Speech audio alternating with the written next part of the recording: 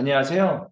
이 땅의 일에 대한 통합된 그리스도교 관점을 소개하고 나누기 위해서 기독교 대한선교교회 소금빛교회에서 설립하고 후원하고 있는 파이미니스트리 코퍼스 연구소 주관 2023년 나이듦의 중요성 세 번째 나눔을 시작하겠습니다.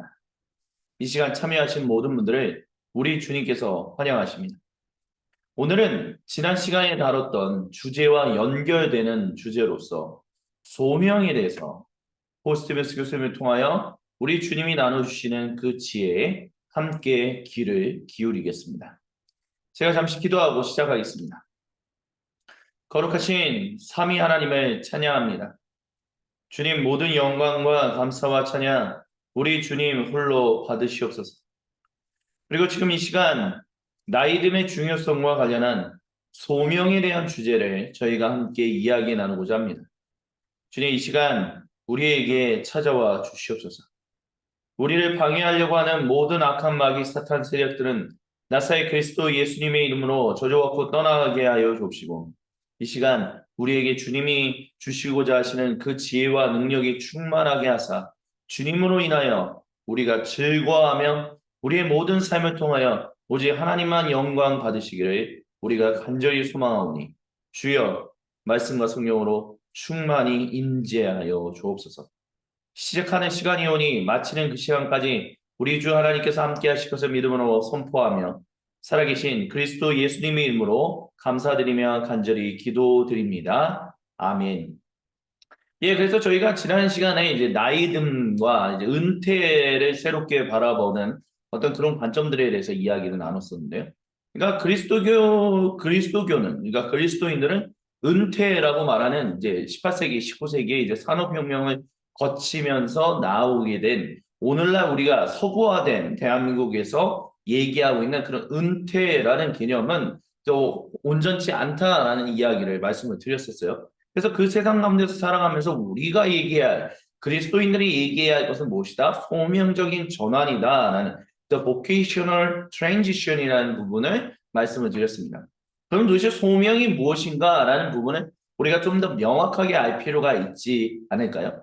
그래서 이번 이 시간에는 폴 스티븐스 교수님을 통해서 주님께서 전달하시는 소명, 콜링, 즉 부르심에 대해서 함께 이야기를 나눠 보도록 하겠습니다. 그러면 이제 화면을 공유하면서 함께 폴 스티븐스 교수님을 통한 그 주님의 지혜를 함께 나누겠습니다. 저도 이제 이 소명이라는 수업을 사실 그 브리젠트 칼리지에서 이제 모든 삶의 현장을 위한 신학, 즉 마켓플레이스 디올로지를 이제 공부하면서 이제 이 과목을 공부했었는데요. 폴 스티븐스 교수님이 이제 이 수업에 뭐라 그럴까요? 이 수업 그러니까 MAM 마켓플레이스 디올로지 조금 약간 오타가 들어갔네. 예, 그래서 마켓플레이스 디올로지 여기서 폴 스티븐스 이제 그 MA를 공부할 때 항상 공부해야 하는 폴 스티븐스 교수님이 중요하게 다루는 주제가 바로 이 소명이었습니다. 그래서 vocation, work, and ministry라는 과목을 이제 폴 스티븐스 교수님이 가르치신데요. 소명, 일, 그리고 이제 ministry, 사역이라는 주제를 가지고 있는 거죠. 그래서 이제 거기서 나누는 이제 PPT예요. 근데 부름받았다라는 게 무슨 의미인가라는 부분에서 저희가 함께 좀 이야기를 나누고자 하는데요. 일단 폴 스티븐스 교수님의 이제 후계 교수였던 2대 교수였던 데이비드 제이 브라운 이제 모든 삶의 현장을 위한 신학과 지도력 교수로 이제 활동했던 폴 윌리엄스라는 분은 이런 얘기를 했었어요. 소명과 일의 잘못된 그리스도교 신학은 서구 사회의 세속화에 중대한 공헌자다라고 얘기했다는 거예요. 그래서 소명과 일에 대한 온전한 성경적 신학의 회복은 오늘날 세계에서 특별히 20세기, 21세기를 얘기하는 거죠. 근본적인 새로운 선교 운동 동력을 제공하는 잠재력을 가진다라고 얘기합니다. 그래서 소명과 일에 대해서 오늘 20세기, 21세기 그리스도교가 잘못된 인식을 가지고 있다는 거예요. 그래서 온전한 통합된 성경적 신학을 회복해야 한다. 그래서 그것을 강조했던 사람이 누구다? 폴 스티븐스 교수님부터 폴 윌리엄스 교수님까지 이제 연결된다라고 이제 말씀을 드린 거예요. 그래서 calling, 부르심, 그리고 vocation, 소명이라고 하는데 중요한 핵심은 뭐냐? 저번 시간에도 이제 보여드렸지만 야곱이 이제 쫓겨가는 그 가운데서 이제 베델이라는 곳에서 돌을 베개에 삼아서 자고 있는데 천사가 내려서 하나님 말씀하신 거죠. 내가 너와 함께 할 것이다라고 하는 것. 그래서 천사가 이제 찾아와서 그의 귀에 이제 이야기를 하는 것인데 소명, 있고 부르심이라는 거죠. 오늘날 이제 영어권 국가에서는 vocation이라는 말을 이제 사실 옛날에는 이제 직업이라는 용어로 이제 많이 사용했었는데 요즘 vocation이라는 말을 많이 안 쓰죠. 그래서 이 직업이라는 표현을 다른 말로 이제 occupation이라는 영어 단어로 이제 사용하고 있는데 어쨌든 vocation이라는 말이 그 전에는 occupation이라는 말이 사용되기 전에는 직업이라는 말로서 이 vocation이라는 말이 많이 사용됐었습니다. 근데 원래 소명이라는 vocation은 이제 라틴어인 vocatio라는 말에서 나온 건데 여기는 부르다 이제 그것과 그런 뜻을 가지고 있는 그렇기 때문에 소명 있고 부르심 같은 단어다 같은 의미를 가지고 있는 것이다 이렇게 얘기할 수 있다라는 거죠. 그래서 부름받은 이가 있으면 부르신 이도 반드시 계신다라는 것을 우리가 기억해야 한다는 거죠. 그러니까 그리스도인들이 항상 잊지 말아야 할 것은 뭐냐면 하나님이 우리를 부르시는 분이고 우리는 그분의 부르심에 응답하는 존재다라는 거예요. 그래서 보통 이제 쉐마 신앙을 얘기할 때 들으라 이스라엘아라고 했었을 때 들으라라는 것은 이제 말하는 존재가 있다라는 거잖아. 그래서 말씀하시는 존재를 하나님이라고 하고 듣는 존재를 우리로 이제 표현하죠. 그래서 하나님은 말씀하시고 우리는 들으며 하나님은 부르시고 우리는 응답한다. 이것이 그리스도교 소명에 있어서 이제 부르심과 관련해서 중요한 핵심 단어다라고 얘기할 수 있겠어요. 그리고 우리가 무엇을 하라고 부름받기 이전에 누군가가 되라고 부름받는다라는 것을 이제 기억해야 합니다. 그래서 하나님이 이제 이스라엘 백성을 이제 출애굽, 저 구원해신 다음에 시내산에서 너희는 이제 제사장 나라라라고 이제 부르셨잖아요. 그러니까 제사장의 역할을 하는 것이다라고 이제 이야기를 하셨었어요. 근데 제사장이라는 개념은 결국에는 하나님 백성이기 때문에 제사장이다라는 얘기를 하는 거죠. 그러니까 하나님의 백성이 아니었던 사람들이 하나님의 백성이 된 거예요.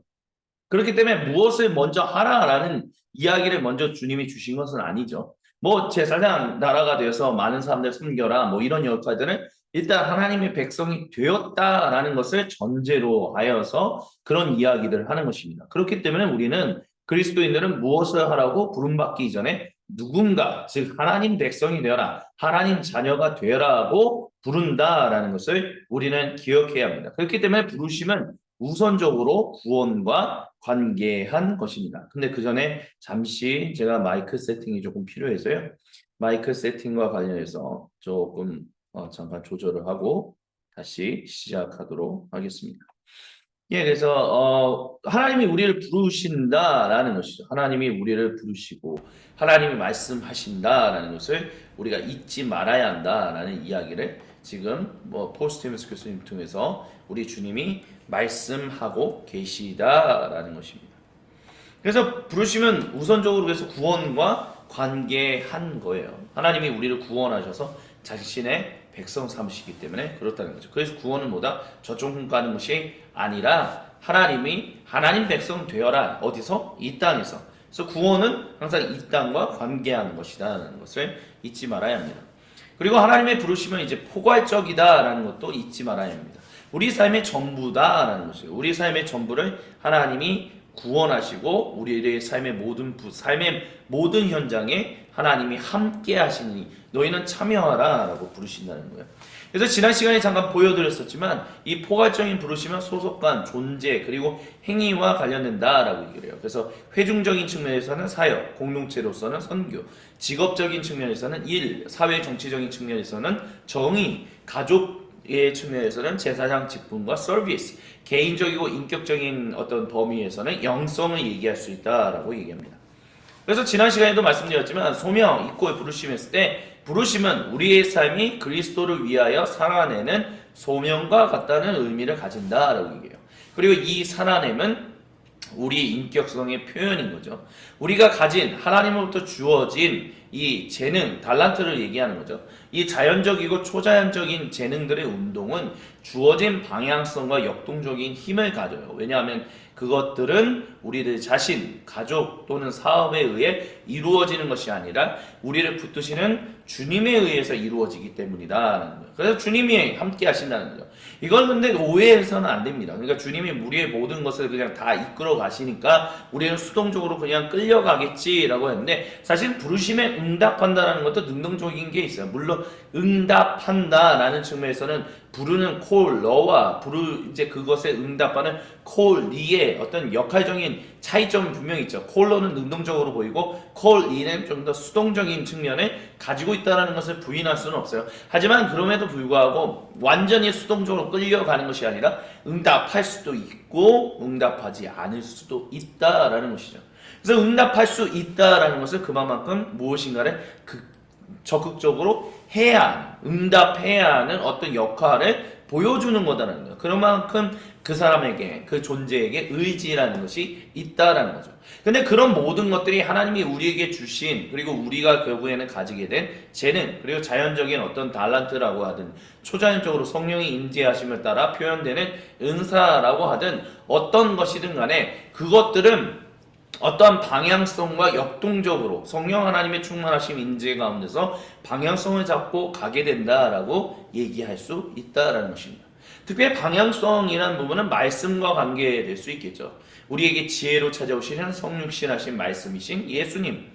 그래서 그분을 통해서 우리가 주님의 말씀을 듣고 주님의 말씀을 알고 깨달으면 어디로 가야 할지에 대해서 우리는 분명하게 아는 거죠. 그러면 이제 어디로 가기를 안다면 이제 가야 하는데, 그와 같은 힘, 역동적인 힘을 주시는 분은 누구다? 성령 하나님, 우리에게 숨을 주셔서 불어넣으셔서 우리로 하여금, 사람으로 하여금 산 존재가 되게 하셨던 그 존재, 즉 성령 하나님.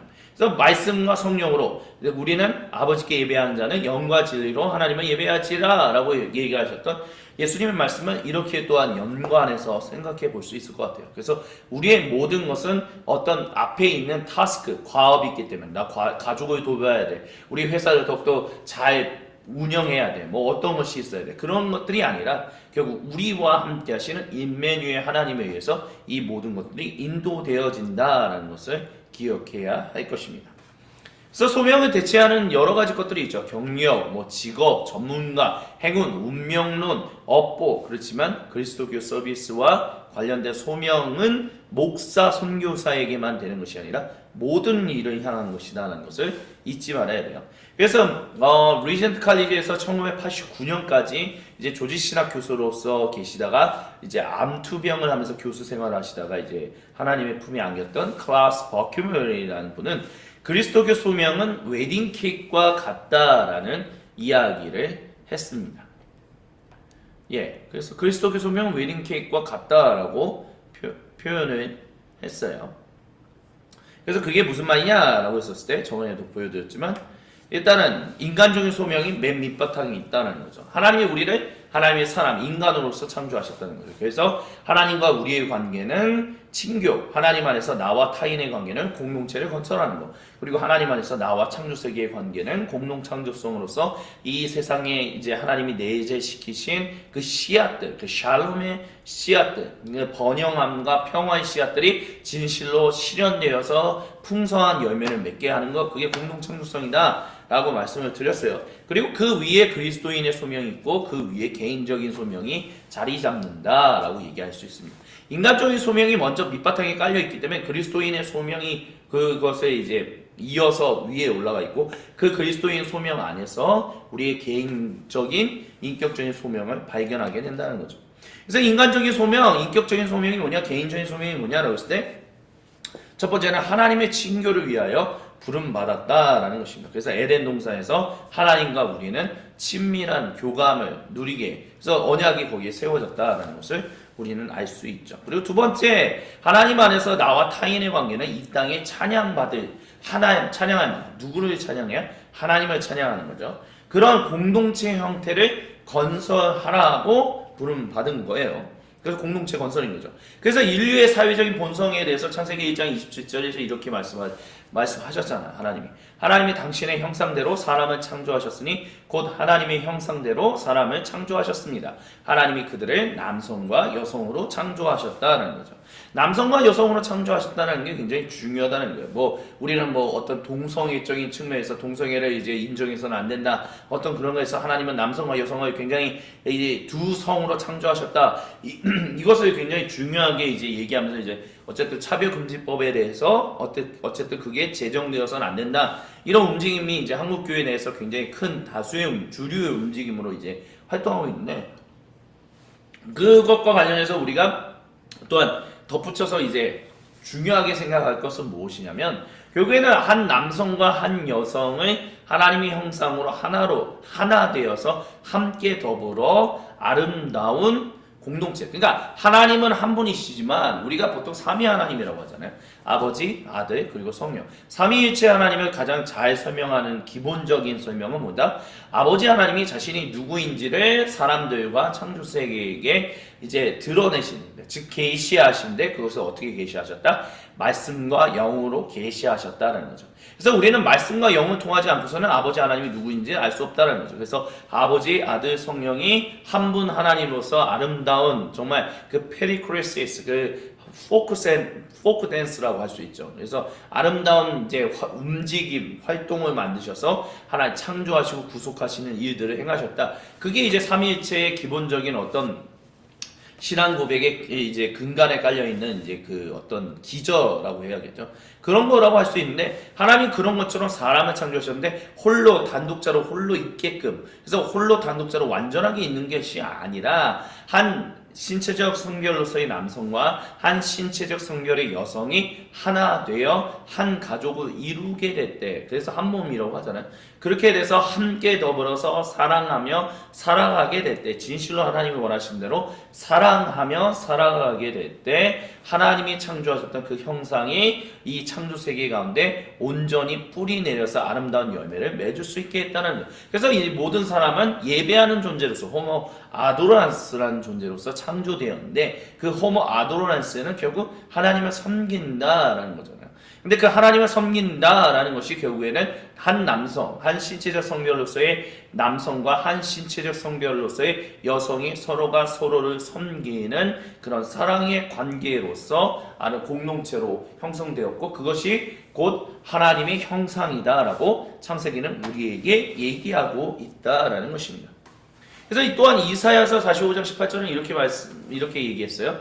하늘을 창조하신 주, 땅을 창조하시고 조성하신 하나님, 땅을 견고하게 하신 분이 말씀하십니다. 그분은 땅을 혼돈 상태로 창조하신 것이 아니라 사람이 살 수 있게 만드신 분이다 라고 이야기합니다. 그래서 한 신체적 성별로서의 남성과 한 신체적 성별로서의 여성이 기본 관계예요. 인류의 사회적 본성으로서. 그래서 혼돈이 아니라 정말 질서 있게, 근데 정말 풍성한 인생을 누리면서 함께 더불어 살아갈 수 있도록 하나님이 그렇게 세상을 창조하셨다라는 것이죠. 그래서 이 땅이라고 말씀하시는 하나님의 모든, 땅이라는 개념은 하나님의 모든 창조 세계를 얘기하고 있는 것이죠. 그 창조 세계를 혼돈 상태로, 그러니까 아니라 질서로 말미암아 살 수 있게끔 했다는 거죠. 그래서 보통 우리가 그런 얘기, 이제 천문학이나 우주학을 얘기하는 분들은 이제 그런 얘기를 하죠. 아니, 하나님의 세상을 창조했다면 이 지구 안에만 사람이 사는 것이 놓고 봤을 때 이게 얼마나 공간적인 낭비냐. 이 수없이 넓은 곳에서 오직 인간만이 창조되었고 산다면 이거는 너무 낭비하는 하나님이다. 이렇게 얘기할 수 있다. 이렇게 얘기하는 사람들이 있거든요. 그러니까 하나님이 창조하셨다. 우주를 창조하셨다. 우주도 어쨌든 창조 세계 가운데 포함되는 거니까요. 그렇다라고 얘기하는 사람들에게 이제 이런 얘기를 할 수 있는 거죠. 어떤 분들이 이제 얘기하는, 변정학자들이 얘기하는 건 뭐다?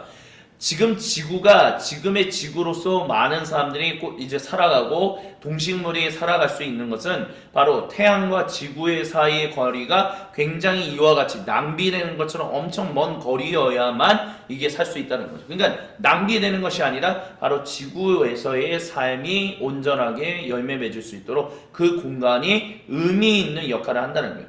즉 지구에 생명이 없다면 그 태양으로부터 지구의 그 엄청난 거리는 아무런 쓸모가 없는 거리다라는 거죠. 그러니까 하나님이 거기에 그렇기 때문에 하나님이 창조하신 모든 것들은 다 의미가 있다 이렇게 표현할 수 있다는 거죠. 그러니까 물컵에 물이 절반 정도 담겨 있네. 어우 절반밖에 없네. 어떻게 바라보느냐? 긍정적이냐? 부정적이냐? 아니면 이관점이냐? 저관점이냐? 이렇게 얘기하는 것에 따라서 우리의 어떤 어떤 대상을 바라보는 관점이 굉장히 사물을 또는 다른 사람을 바라보는 어떤 현상을 바라보는 관점이 굉장히 사뭇 달라질 수 있잖아요.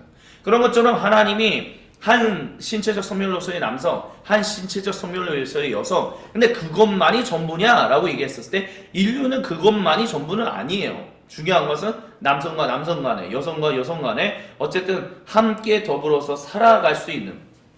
그래서 뭐 동성애를 인정하자 막 이런 안 하면 이건 좀 이상한 거 아니냐 이렇게 얘기하는 거는 그 사람들이 얘기하는 뭐 차별금지법을 뭐 어쨌든 설치해서 통과해야 한다 이런 것은 모든 사람의 어떤 성적인 욕구가 인간의 기본적인 욕구로서 살아가는데 가장 기본적이고 가장 중요한 것인데 이것을 인정하지 않는 것은 굉장히 큰 문제다 이제 이렇게 얘기하는 거잖아. 근데 그리스도교는 당연히 어떤 신체적인 성관계라는 것을 하등하게 여기는 것이 아니라 왜냐하면 생명을 낳고 번성하라 라고 얘기했기 때문에 이것은 매우 중요한 거거든요. 근데 우리가 보통 부모가 되어서 또는 뭐 아는 사람이 이제 결혼을 해서 자녀를 낳고 그래서 그 자녀를 키우는 모습을 보게 되면 자녀를 키우는 것이 결국에는 어떤 신체적인 성관계를 맺어서 낳기만 하면 그것으로 끝이 안 난다는 것을 우리는 너무나 명확하게 알고 있어요.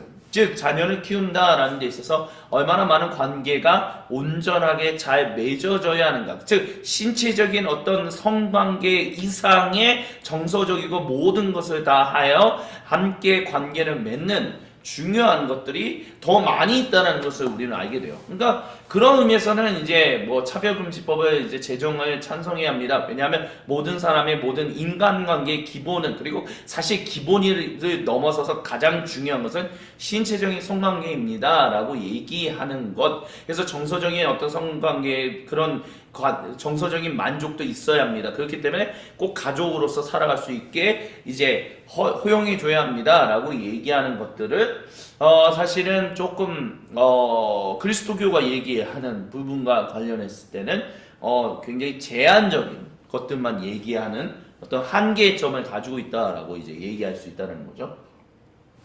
그렇기 때문에 하나님이 질서 있게 살아가는 데 있어서 서로가 서로를 섬기면서 살아가게 되는 것. 그래서 그리스도교 말하는 사랑이라고 얘기하는 것. 함께 더불어서 우정을 누리면서 살아간다라는 부분에 있어서는 어쨌든 굉장히 더 넓은 총체적인 것들이 있다는 거죠. 영혼, 몸 모든 것이 다 연관되어서 에너지가 방향성을 가지고 쏟아져 이제 움직여야 한다는 것들을 가지고 있다는 거죠. 그래서 인류의 사회적인 본성은 바로 그런 것이다라는 것이죠. 하나님이 그렇게 창조하셨다는 거예요. 그래서 폴 스티븐스 교수님이 이 분을 이제 보여주는 것은 이제 어떤 의미인지는 제가 이제 그때 수업을 들었을 때는 이제 기억이 나는데 오랜만에 이제 보다 보면 사실 잘 기억이 나지 않습니다. 그리고 뭐 제가 뭐 폴 스티븐스 교수님 그분 자신은 아니니까요. 그래서 모든 사진을 다 설명할 필요는 없다라고 생각하지만 어쨌든 이분을 보면서 이제 생각나는 건 이제 유대인이 이제 생각이 나는 거죠. 그래서 유대인이 이제 유대인의 어떤 복식과 유대인의 모자 뭐 이런 것들이 좀 생각나게 되는데 유대인들 오늘날의 유대인들도 어쨌든 하나님 앞에서 하나님의 그 구세주가 그들에게 돌아와서 정말 유대인들을 구원해내기를 원하는 하나님이 돌아오기를 이제 간절히 바라면서 통곡의 벽에서 이제 또 기도하고 이제 하시딤이라고 이제 보통 얘기하죠. 그렇게 기도를 하면서 있는데 유대인들이 오늘날의 유대인 21세기 유대인들이든 1세기 주 1세기 유대인들 간에 이들 간에 유대인들이 이제 하나님의 어떤 아들 예수님을 통해서 구원하시는 그 구원에 참여하지 스스로 이제 등을 돌리고 돌아서는 이유는 결국에는 많은 사람들을 함께 더불어서 살리고자 하시는 그래서 유대인이든 비유대인이든 같은 성령 하나님을 받아서 함께 더불어서 아름다운 주님의 몸된 공동체, 진정한 인간 공동체를 만들려고 하는 것에 있어서 어떻게 하나님을 사랑하지 않고 하나님의 말씀을 따르지 않는 사람들, 율법을 가지지 않는 이들, 그래서 하나님을 향한 뜨거운 열심을 가지고 살아가려고 하지 않는 사람들이 하나님이 그들에게 은혜를 주실 수 있는가? 하나님이 그들에게 어떻게 찾아오실 수 있는가? 성령을 부으실 수 있는가?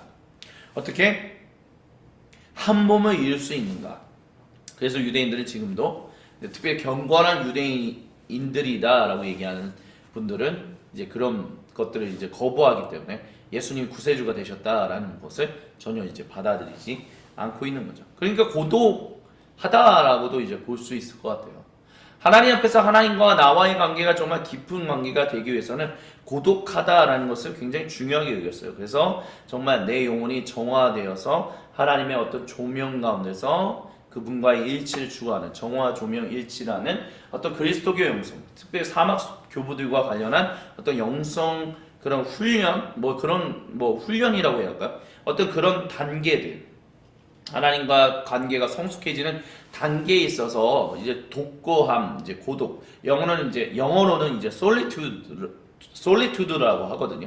그게 되게 중요하긴 하지만 유대인들이 가지고 있는 그런 이제 독거함은 이제 결국에는 우리만이야라고 얘기하는 거. 사실 사막교부들이 이제 솔리투드라고 하는 그분들 취했던 것은, 그리고 항상 수도원에 계신 분들이 이제 솔리투드를 추구하는 것은 우리만 구원받아야 돼 이런 관점은 전혀 없거든요. 하나님이 모두를 더불어서 다 구원하신다라는 분명한 가운데서 하나님 앞에 헌신하여 어떻게 하면 이 세상 가운데 특별히 사막교부들이 등장하기 시작하기에 로마 제국이 그리스도교를 공인하면서 그리스도교가 이제 제국 안에 이제 널리 퍼지기 시작했잖아요.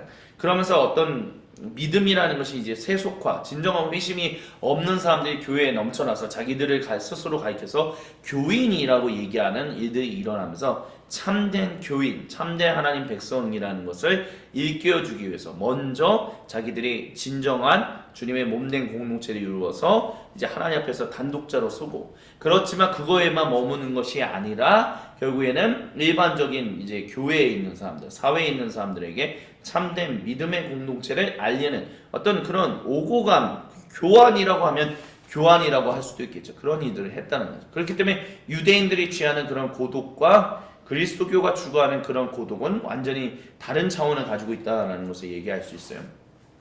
그래서 포 교수님이 항상 얘기하는 게 뭐냐면 케네스 칸투저라는 사람이 창조에 의하면 인간 존재들은 사회적 존재들로서 절대로 혼자 살도록 의도되지 않았다는 것을 기억해야 한다고 얘기를 해요. 그래서 우리의 인간의 사회적 본성 때문에 인간은 전문적이며 상호 의존적이다라고 해요. 그래서 필수적으로 교환에 의존한다. 그래서 교환은 우리 고유의 본성에 지어져 있기 때문에 이것으로부터 사업이 나올 수밖에 없는 것이다. 왜 많은 사람들이 사업하고자 하는가? 이런 이들에 뛰어드는가? 원래 그런 존재들로서 하나님이 창조되었기 때문에 진정한 인간 공동체를 건설하라고 하나님이 창조하셨기 때문에 우리의 DNA로서 이런 일들이 일어나는 것이다 이제 얘기한다는 거죠. 그래서 그것이 뭐냐? 세계적인 비옥함과 상호 의존으로 부르신다는 거예요. 그래서 이제 포스티머스 교수님이 이제 중국에 있는 이제 어떤 이제 무덤, 굉장히 오래된 어떤 무덤을 이제 뭐라고 그럴까요? 이제 그런 돌 석판을 본 건데 여기에는 결국에는 사람이 특별히 정치가가 해야 하는 역할들에 대해서 이제 기록했다라고 얘기를 해요. 그래서 정치가가 이제 유교적인 사상을 가지고 있는 거죠. 유교의 사상을 가지고 있는데 정치가 해야 할 일은 결국에는 많은 사람들을 자기들이 다스리는 사람들을 행복하게 하는 것과 그 행복은 항상 땅에 비옥한. 왜냐하면 농경사회였잖아요. 그래서 많은 사람들이 결국에는 잘 살 수 있는 것은 얼마만큼 농사 짓는 농경사회의 수확물이 늘어났냐. 그러면 항상 땅이 비옥해야 하는데 그 땅을 어떻게 비옥하게 만들 수 있는가라는 것을 굉장히 고민을 했고, 그래서 그 사람들이 어떻게 하면 행복하게 살아갈 수 있고 더 나은 삶을 추구하며 살아갈 수 있는가. 유교는 그런 부분들을 굉장히 중요하게, 특별히 정치가는 그런 것들을 중요하게 여겨야 한다라는 것이 이제 아주 오래전부터 중요하게 다뤘다는 거죠. 근데 그런 측면이 이제 세계적인 비옥화와 상호우정, 왜냐 하나님이 창조 세계를 돌보라고 하셨기 때문에 그런 부분과 관련해서 우리가 주목해 볼 만한, 비록 중국이 뭐 유교 사상이라든지 이런 것들이 그리스도교가 얘기하는 참 진리라는 부분, 하나님 한 분 하나님이라는 존재, 그리고 그분이 보내신 아들 예수님을 통해서 세상을 구원하신다라는 이런 부분들은 전혀 가지고 있지 못하지만 그들 나름의 어떤 제한된 가운데서도 이런 그리스도교가 얘기하는 하나님이 삼위 하나님이 말씀하시는 중요한 어떤 인간의 역할에 대한 것들을 이제 기록으로 남긴 걸 보면 하나님은 어디서든 일하시는 분이다라는 것을 우리는 발견할 수 있다라고 얘기할 수 있겠습니다. 그래서 이거는 이제 다른 사람과의 관계에 대한 부분을 얘기했다면 이제 우리가 하나님 안에서 나와 창조 세계의 관계에서의 핵심은 창조 세계의 잠재력을 개발하고 이 땅을 인간답게 만들기 위하여 하나님이 우리를 부르신다라는 것을 기억해야 돼요. 그래서 그게 공동 창조성, 창조력이라고 얘기할 수 있다는 거죠. 그래서 그들로 다스리게 하자. 땅에 충만하고 다스리자. 그래서 주 하나님은 사람을 취하셔서 에덴 동산에 세우시고 에덴의 동산에 세우시고 그것을 돌보게 하셨다라는 거죠. 그래서 폴 스티븐스 교수님의 이제 아내분이죠. 지금은 돌아가셨지만 이제 게이 여사님의 이제 아버지가 어떤 일을 하셨냐면 우리가 보통 캐놀라유라고 하잖아요. 캐나다 오일이라고 하는데 이제 식용유죠. 그래서 어떤 유채꽃의 어떤 것들을 이제 유전자 변형을 통해서 모여 이렇게 합쳐가지고 오일이 이제 되었는데 그것을 만든 사람이 바로 이제 게이 여사, 그러니까 폴 스티븐스 교수님의 아내분의 아버지였다라고 얘기합니다. 그래서 이분이 그분으로 이제 알고 있는데 이제 그래서 캐나다 오일 물론 이제 이게 유전자 변형 제품이기 때문에 이제 써서는 안 된다. 그래서 올리브 오일이나 이런 걸 쓰자 이렇게 얘기하는 분들도 굉장히 많지만 어쨌든 캐나다 오일이라는 거 우리가 참 많이 쓰는 이런 것들을 개발해낸 것이다 라는 부분은 이제 창조 세계 가운데 있는 어떤 잠재성을 개발한 부분과 관련해서 우리가 좀 얘기할 수 있는 어떤 나름의 어떤 예시가 되지 않냐 이제 또 그렇게 볼 수 있을 거예요. 그래서 인류의 삶을 향상시키고 또한 장식하는 것에 하나님이 우리를 또한 부르시는 것을 기억해야 한다라고 하면서 이제 폴 스티븐스 교수님의 이제 예술가 친구들의 사진을 보여줘. 그래서 예술가 친구들이 이제 음악이나 또는 시 이런 소설 같은 것들을 통해서 어떤 세상의 아름다움을 이제 알리는 그래서 인류의 삶을 향상시키고 장식하는 것을 이제 보여주는 모습들을 이제 발견할 수 있다라고 얘기를 해요. 그래서 우리는 이제 월드 메이커스로서 어떻게 인류의 삶을 개선할 수 있는가 했을 때 여러 가지 다양한 것들을 이제 우리가 성경에서 찾아볼 수 있다라고 얘기합니다. 그래서 이건 웃자고 이제 폴 스티븐스 교수님이 이제 넣은 그림인데 이제 왜 우리가 이제 굉장히 뭐 몇만 년 전에 이제 그려진 무덤이 아니죠. 동굴에 있는 그림들, 뭐 쿠스코 벽화라든지 뭐 여러 가지 다양한 그림들은 무엇을 보여주는 거냐라고 했을 때 사냥, 채집도 아닌 얼마나 많은 것들을 이제 사냥했는가, 이제 회계사 몇 마리를 사냥했는가 이런 것들을 이제 보여주는 거다라고 이제 얘기를 해요. 그래서 아주 오래 전부터. 그래서 우리가 보통 인간의 첫 시작이 과연 언제인가라는 부분에서 굉장히 어려움을 겪잖아요. 왜냐하면 뭐 기록이나 이런 것들이 남아 있는 것은 아니니까요. 다만 이제 간간히 발견되는 어떤 동굴의 벽화라든지 아니면 여러 어떤 좀 그런 뭐라 그럴까요? 이제 예술품 뭐 만든 그런 것들을 보면 몇만 년 전, 3만 년 전, 5만 년 전, 7만 년 전에 사람들이 살았던 어떤 그런 것들을 보여줘요.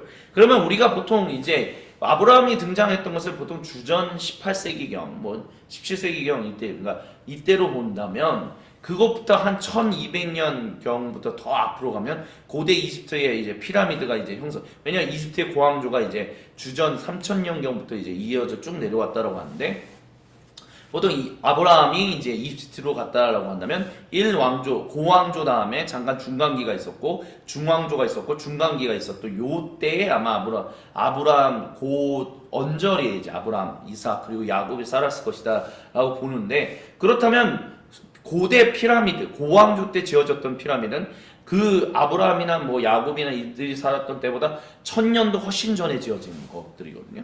그럼 엄청난 거죠. 인류의 문명이라는 게 과연 언제부터 있었는가? 라는 부분에 있어서 우리는 참 어려움을 겪게 돼요.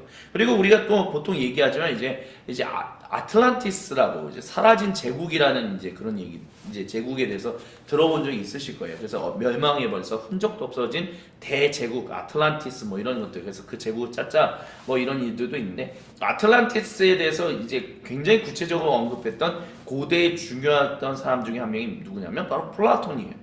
플라톤이 아틀란티스에 대한 어떤 기록들도 굉장히 자세하게 남겨놨거든요.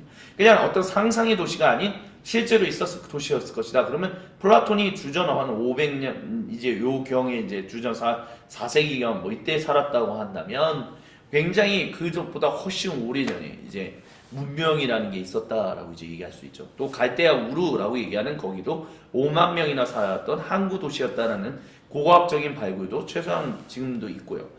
그렇기 때문에 인류의 역사라는 것이 과연 언제부터였는가라는 부분에 있어서는 우리가 정확하게 이야기할 수는 없어요. 하지만 중요한 것은 그런 모든 것, 지금 얘기하는 것처럼 과거에 이제 동굴에 기록되어 있는 벽화라든지 이런 것들을 보면 거기에 어떤 거기에 이제 어떤 무엇인가가 어떤 뭐 예배적인 측면도 있지만 또 한편으로는 몇 마리를 카운팅하고, 그러니까 몇 마리를 우리가 잡고 어떻게 잡을 것인가 이런 것들에 대한 그림들이 이제 그려져 있다는 거예요. 굉장히 원시 문명이었는가라고 썼을 때 원시 문명은 아니었다라고요. 그러니까 벽화에 그려진 그림들이 굉장히 나름의 정교한 어떤 과정을 거쳐서 사람들이 살아가는 모습과 살아가기를 꿈꾸는 모습들이 또한 그려져 있다라고 이제 표현하는 거죠. 맨 맞는 점에.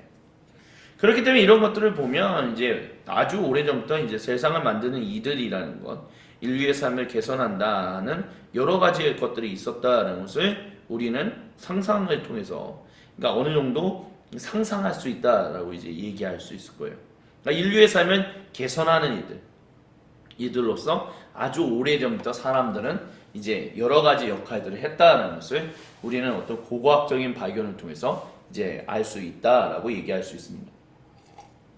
근데 고고학적인 발견이 아니라 그리스도교회가 원래 얘기하는 창조의 이야기를 보면 하나님이 하나님의 형상으로 사람을 창조해서 함께 더불어서 일하가서 하나님과 함께 더불어서 일할 창조세계를 돌보는 일들, 창조세계 가운데 있는 샬롬을 정말 열매를 맺게 하는 일들은 결국에는 사람의 삶도 개선하게 되고 그것을 통해서 하나님께 영광이 되는 그 모든 것과 연관된다는 거죠. 하나님이 그렇게 우리를 당신의 형상으로서 재능, 즉 달란트와 또 은사를 주시고 우리가 그와 같은 일들을 함께 더불어 할 수 있도록 인도하신다는 것을 성경이 기록되어 있다는 것, 창조 이야기 가운데, 즉 창조 서사 가운데 기록되어 있다는 것을 우리는 잊어서는 안 될 것입니다. 그래서 중국에서는 이제 사업이라는 것을 생의라고 이제 사용하는데, 생의라는 말이 의미를 창조한다는 거죠. 사업이라는 게 그런 거다라는 거예요. 의미를 창조한다는 거죠. 그래서 이제 폴 스티븐스 교수님의 어떤 그 모든 삶의 현장을 위한 신학의 방법론 중에 4가지가 있는데 그 중에 하나가 바로 의미이다라고 이제 얘기를 항상 하거든요. 그래서 우리가 사업하는 이유는 뭐냐? 돈을 번다? 왜 돈을 벌어? 라는 부분에서 그런 복잡한 건 왜 얘기해? 이렇게 분명히 생각하는 분들도 있을 거예요. 근데 중요한 것은 항상 의미를 창조한다는 거죠.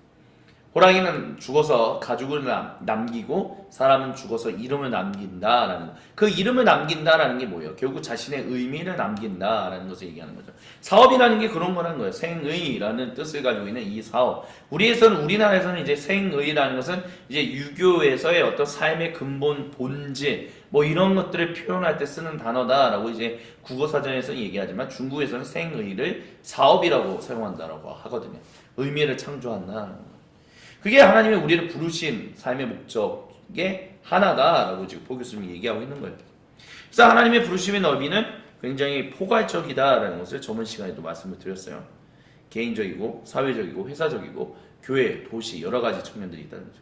또한 가난함을 완화시키기 위하여 부름받았다라는. 그래서 이제 포 교수님으로부터 이제 모든 삶의 현장을 위한 신학을 공부하고 난 다음에 중국으로 돌아가서 소수민족에게 가서 이제 그들의 삶을 개선하는 어떤 의료 활동을 통해서 또 여러 가지 역할들을 통해서 이들의 삶을 개선하는 제자의 어떤 사진을 또 보여주고요.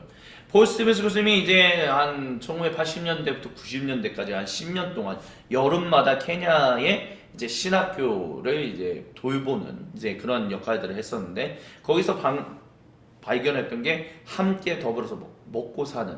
그래서 함께 더불어 이제 절구질을 하면서 이제 먹는 것을 이제 기대하는 어떤 공동체의 모습을 이제 발견했다라고 하면서 이 사진을 보여주거든요.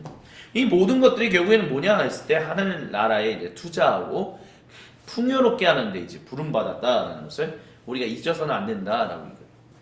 하나님 왜 우리를 부르시는가라고 했을 때 하나님 백성답게 살아가는 것.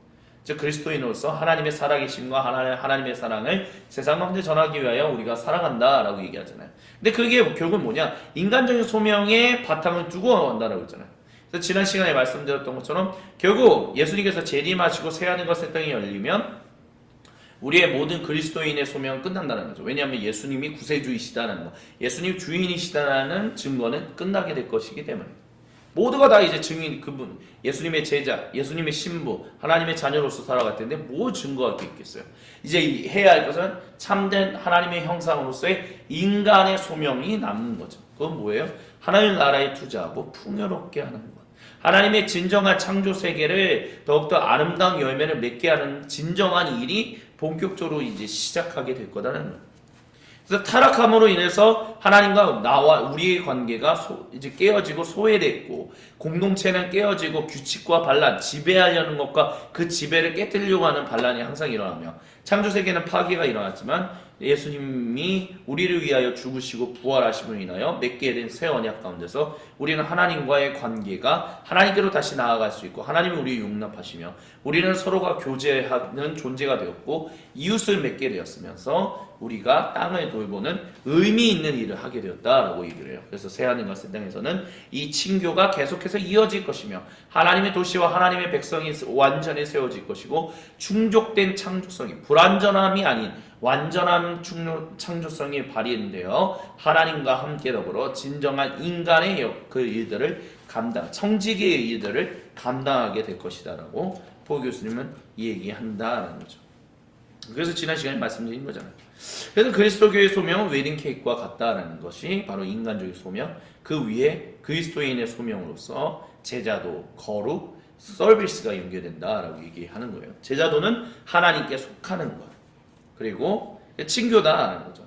그래서 성경에 나오는 하나님의 첫 번째 부르심은 아담과 하와를 호출하시는 거죠. 그래서 그 또한 우리 영적 이스라엘인 우리를 하나님의 아들과의 친교를 위해서 성도들을 부르신다는 것.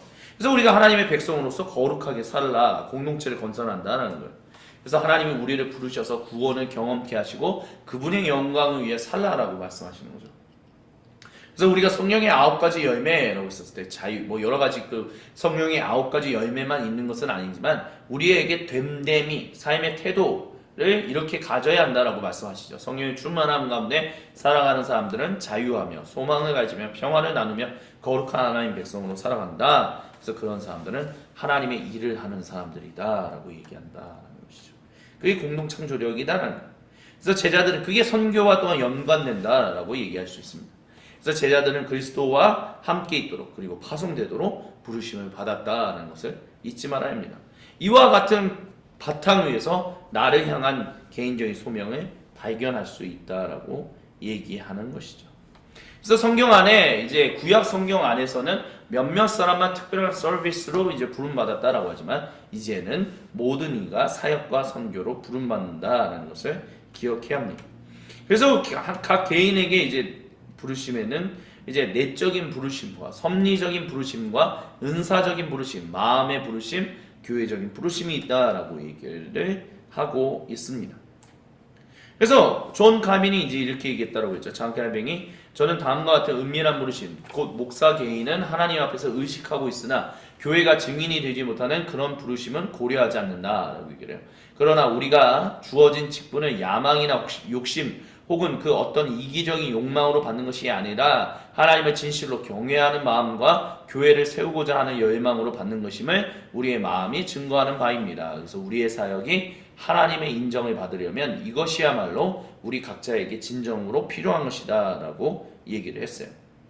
그러니까 중요한 것은 이게 이제 존 칼빈에 대한 얘기를 이제 하는 얘기가 뭐냐면 마틴 루터 같은 경우는 결국에는 모든 사람이 다 제사장의 역할로 부름받았다라는 얘기를 해서 모든 사람의 역할이 하나님 앞에서 동등하게 중요하다.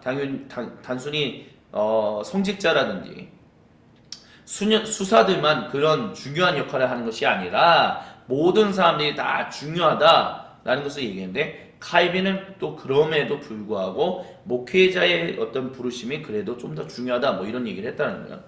하지만 이것은 굉장히 좀 잘못된 강조점이 있다는 것을 고 교수님이 얘기를 합니다. 왜냐하면 신약 성경 안에 개인적인 존재를 부르셔서 사회적 직분, 즉 목회자가 되라 또는 수사가 되라 라는 식을 가지게 하는 하나의 예시는 없다라는 거죠. 다만 우리 삶에서 부르시는 하나님의 인도하심에 대한 풍부한 증거만이 가득하다는 거예요. 그래서 종교적인 전문직으로 한 사람을 부르시는 하나의 예시는 없다라고 고 교수님이 얘기를 해요. 교회 리더십을 위한 기준들은 은밀한 부르심이 아니라 오히려 성품이다. 공동체가 분별하는 것이다. 이렇게 얘기하는 거죠. 어쨌든 이거는 잠깐 교회와 관련한 거기 때문에 일단 잠깐 밀어두고 중요한 것은 그렇기 때문에 우리는 소명적인 전환을 항상 분별하는 사람이 되어야 해요. 그래서 소명적 분별은 오늘날 교회에서 가장 방치된 사역이다라고 말씀을 드렸잖아요. 지난 시간에. 그래서 소명적 분별은 공동체의 것이에요. 다른 이들을 포함해서 함께 더불어서 하는 것. 그래서 소명적 분별은 자기 이해, 하나님의 음성에 귀를 기울이는 것, 성령님의 인도하심을 분별하는 것을 포함한다라고. 그래서 이것은 우리 생애에 계속해서 일어나는 과정이다라고 얘기합니다. 그래서 정리를 한다면 부르심은 우리가 누구이고 누구의 것인지를 말해주는 것이다라고 하고요. 부르심은 우리가 여기에 있는 이유에 대해서 말해줍니다. 그리고 부르심은 우리가 어디로 가는지에 대해서 얘기해주고요. 부르심은 우리가 도덕적이며 영적으로 어떻게 우리가 걷고 일해야 하는지에 대해서 책임지는 진정한 자유한 존재임을 말해준다라고 얘기합니다. 그래서 어떻게 부르심이 우리의 영성과 성품을 형성하느냐 했을 때 부르심은 창조적인 행동을 위한 비전과 영감성의 근원이기 때문에 부르심은 우리로 하여금 이 세상에서 우리 삶을 잘 끝마치게 가능하게 한다는 거죠. 그래서 마더 테레사가 당신의 경력에 대해서 걱정하지 말고 당신의 소명과 함께 당신 자신의 관심 가지면 그것이 예수님께서 사랑하시는 자로 만들어준다는 것을 기억하라 라고 얘기하면서 고 교수님이 결국 궁극적으로 하고자 하는 얘기, 물론 이 수업이 전체의 한 학기 과정에서 또 다루는 내용이기 때문에 이 짧은 PPT에서 모든 걸 다 얘기하는 건 아니에요. 그래서 소명적 전환이라는 게 있고, 그래서 소명적 전환을 어떻게 할 수 있고 이런 다양한 얘기들을 이제 보 교수님이 하시거든요. 근데 여기서 얘기하고자 하는 어쨌든 가장 중요한 것은 우리에게는 하나님이 원래 창조하셨을 때부터 비록 타락함으로 인해서 그것이 조금 어려움을 겪고 이제 혼돈을 겪긴 했지만 하나님은 원래 우리를 창조하셨을 때, 즉 당신의 형상으로 창조하셨을 때 공동체를 이루라고 했고 하나님과의 친밀한 교제를 하라고 했고 함께 더불어 아름다운 일을 하라라는 어떤 삼중적인 어떤 소명이 우리에게 이미 주어져 있었다는 것을 우리가 기억해야 한다라고 이제 보 교수님이 얘기를 해요. 그래서 특별히 우리가 항상 기억해야 할 것은 죽음이 끝이 아니다는 거예요. 은퇴가 끝이 아니다는 거예요. 우리는 이 땅에서의 삶이 끝이 아니기 때문에 이 땅에서의 삶이 끝나고 예수님이 재림하셔서 이제 진정으로 완전한 새하늘과 새 땅에서 이제 살아가게 된다면 우리가 이제 진실로 해야 하는 그리스도인의 소명 끝나고 진정한 하나님 형상으로서의 사람의 역할, 인간의 역할로서의 그 소명이 이제 비로소 본격적으로 시작될 것이. 우리의 본격적인 일은 이제 새하늘과 새 땅에서 본격적으로 시작된다라는 거예요. 그렇기 때문에 우리가 그것을 기억한다면 소명이라고, 그러니까 은퇴라는 개념 또는 뭐 모든 게 뭐 죽으면 끝이다 이런 식의 개념은 그리스도교하고는 전혀 연관점이 없다라고 이제 우리가 쉽게 납득할 수 있다라고 말씀드리고 있는 것입니다. 그래서 저희가 오늘 이 시간 이제 소명에 대해서 조금 더 구체적으로 이제 이야기를 다루는데요. 언젠가 이제 또 소명에 대해서 이제 소명, 사역 그리고 소명, 일 그리고 사역이라는 이 주제를 가지고 이제 제가 PPT 나눔을 하게 되는 날이 올 거예요. 이제 여러 번 했었고 제가 이제 안 한 지 벌써 한 1년, 2년 정도 됐는데 아마 이거를 끝나게 되면 이제 소명, 일 그리고 사역을 이제 다 나누게 되겠죠. 그래서 이것을 나누게 될 때 이제 다시 한번 말씀을 드릴 건데요. 어쨌든 중요한 것은 이 짧은 시간 통해서 이제 은퇴, 나이든 뭐 모든 사람이 다 나이 든다라는 거죠. 근데 우리가 잊지 말아야 할 것은 우리의 본격적인 인생의 시작은 아직 시작하지도 않았다. 내 나이 이제 40인데, 내 나이 70인데, 아직 뭐 끝난 거 아니야? 아니, 많이 했는데, 이제 시작이라고? 무슨 얘기야? 왜요? 새하늘과 새 땅이라는 소망이 있기 때문에요. 하나님 우리를 구원하셨잖아요. 구원하셔서 소망을 품고 살게끔 하셨잖아요. 그러면 오늘 여기서 우리는 사랑하며 살아가는 존재들이거든요. 그래서 하나님 앞에서 하나님이 항상 끊임없이 우리를 부르신다라는 것을 기억하며 그것을 aging matters, 즉 나이 듦의 중요성하고 연결한다면 아 그렇지 은퇴라는 개념이 없구나. 진정한 일의 시작, 진정한 내 존재로서의 시작이 이제 아직 펼쳐지지 않았고 그 펼쳐지는 날이 오고 있구나. 그렇다면 우리는 우리의 인생을 바라보는 관점이 완전히 뒤집어질 수 있는 그런 경험을 하게 될 것이다 라고 얘기할 수 있을 것입니다. 그거 얘기하기 위해서 지금 소명이라는 이 PPT를 또한 지난 시간에 은퇴를 새롭게 바라보자 라는 주제를 나눴던 것입니다. 그래서 오늘 이제 나이 듦의 중에서 세 번째 시간을 이제 마무리하고요. 그러면서 이제 영성이라는 부분도 이제 다뤄야 하고 또한 마지막 그런 부분들 소명적 전환을 준비하는 여러 가지 이야기를 다루게 될 텐데 계속해서 이 나눔을 통해서 주님이 우리에게 주시는 그 귀한 은혜를 우리가 받아 누릴 수 있게 되기를 소망합니다. 예, 제가 잠시 기도하고 오늘 나이 듦의 중요성 2023년 온라인 나눔 세 번째 시간을 마무리하겠습니다. 거룩하신 하나님, 모든 영광과 감사와 찬양을 주님 홀로 받으시옵소서.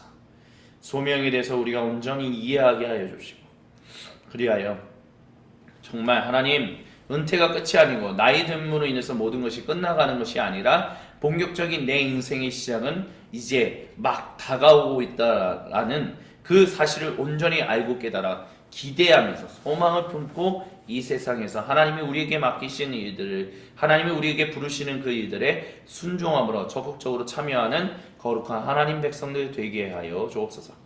주님께 모든 영광과 감사와 찬양을 올려드리며 살아계신 그리스도 예수님의 이름으로 기도드립니다. 아멘. 감사합니다. 이 시간까지 함께 해주신 모든 분들께 감사드리며 네 번째 온라인 나눔에서 다시 뵙도록 하겠습니다. 수고하셨습니다.